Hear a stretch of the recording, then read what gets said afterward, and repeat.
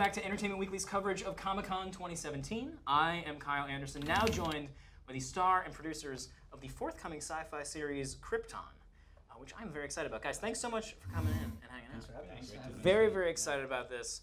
Cameron, I want to start with you. Yeah. You play Seg-El, I do. who is a guy that many people probably won't be familiar with, but we certainly are familiar with the people who came after him. Yeah, of course. You are Jor-El's father and Superman's grandfather. Yeah, eventual grandfather, yeah. Yeah, which is pretty cool. So who is this guy? Who is this character that we're going to meet on the show, Krypton? Of course.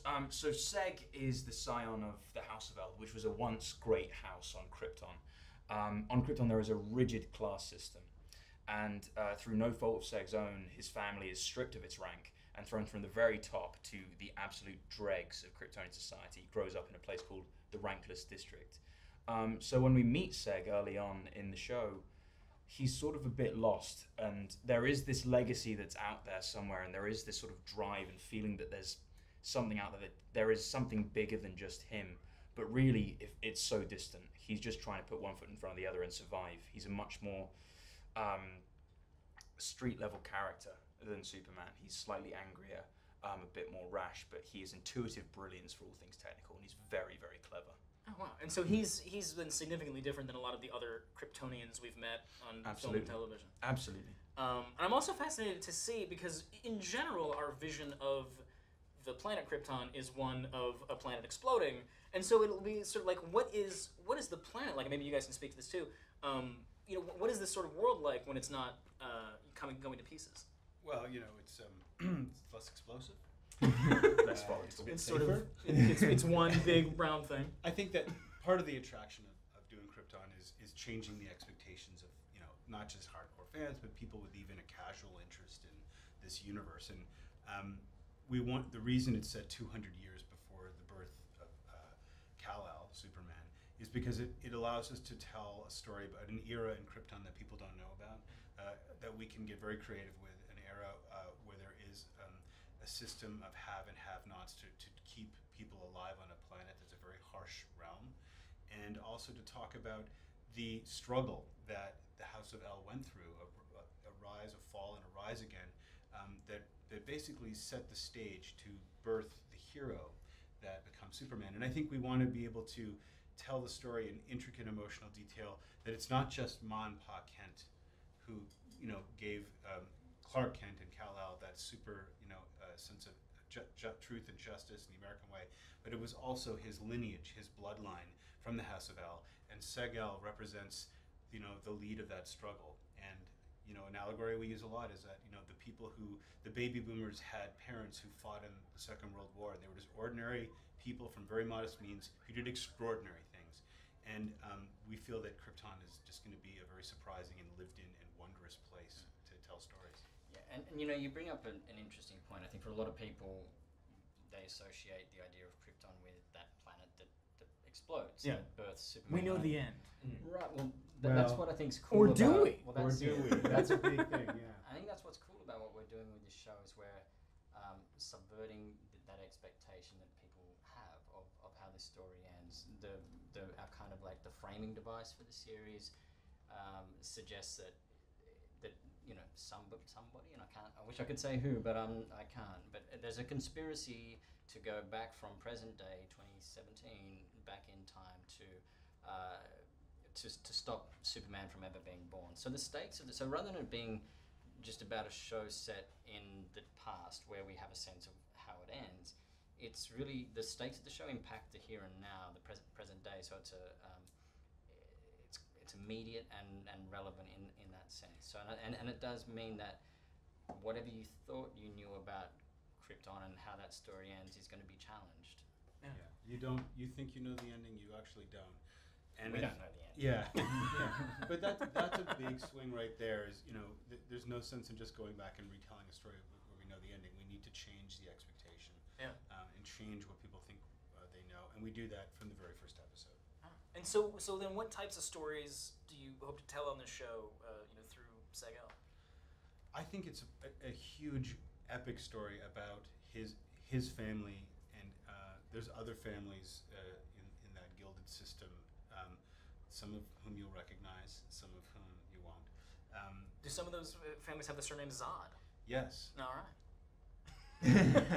Yes. But again, I believe there are snipers trained on this very moment. but again, that when you say Zod, whatever you're kind of thinking about what that means, I could pretty safely bet that what we're doing with it is different. Yeah. And that's what's cool about the show is we get to expand and kind of deepen the existing mythology, and then kind of just tweak it because there's so much of this, and I think it speaks to why the show is set 2 generations before Superman. There's just little known about that in canon, so it gives us a bit of a blank canvas. Yeah, I think we don't want to tell like stories of the week, like Seg foils a Kryptonian bank robbery. It's not that. Seg opens a coffee shop. Seg goes Christmas shopping. Yeah. By the way, we're doing that episode. Yeah. But regardless, I think we also want to tell a big sweeping epic about a struggle for truth, for justice, to save Krypton's destiny, to save the destiny and the legacy of Superman. It's a much more relevant fight than people might believe. And I'll also tease people and say that also characters from the DC universe on Beyond Superman will make an appearance in our show in very unexpected and very cool ways. A lot of them. Yeah. A lot of DC characters that you really wouldn't expect to see, you're going to see, and I think people are going to get pretty excited. This is not meant to be so adjacent to the universe that hardcore fans would. You'd have to be like a deep hardcore fan to care. We want everyone to really believe that this is a story we're telling and brings in the DC universe in a very unified way. It's also worth saying that we live in this incredible society that we've built that is so fertile for great science fiction. So whether you are the most hardcore of hardcore DC fans, or you just don't really know too much about it, but you're interested in science fiction or whatever it might be, this is a great show for you. I'm very much looking forward to it. Cameron, tell me a little bit about how you got this job. Was it a long casting process? Yeah, they just said, "Do you want it?" I was like, "Yeah." Easy. No, it was ages actually. I auditioned for it about 6 months before I got it. I did a tape. They said it was horrible. I went in to meet the director of the pilot, wonderful Colin McCarthy, and had a great audition, and it was fantastic. And then was told I didn't get it, and then did a few more jobs. So they just toyed with your emotions for a long time. Absolutely, yeah, completely.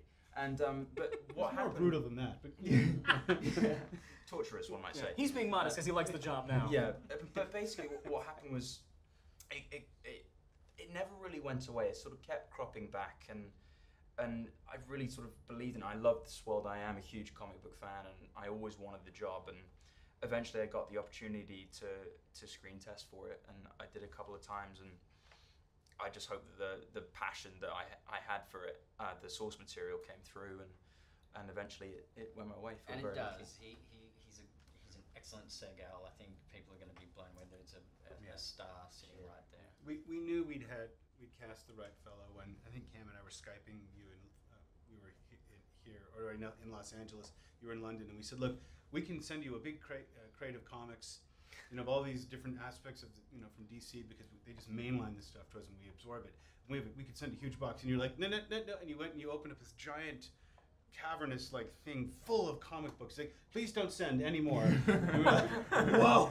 I have no more room. We hadn't sent him anything. That was just what you had. Yeah. And I think we've nailed it.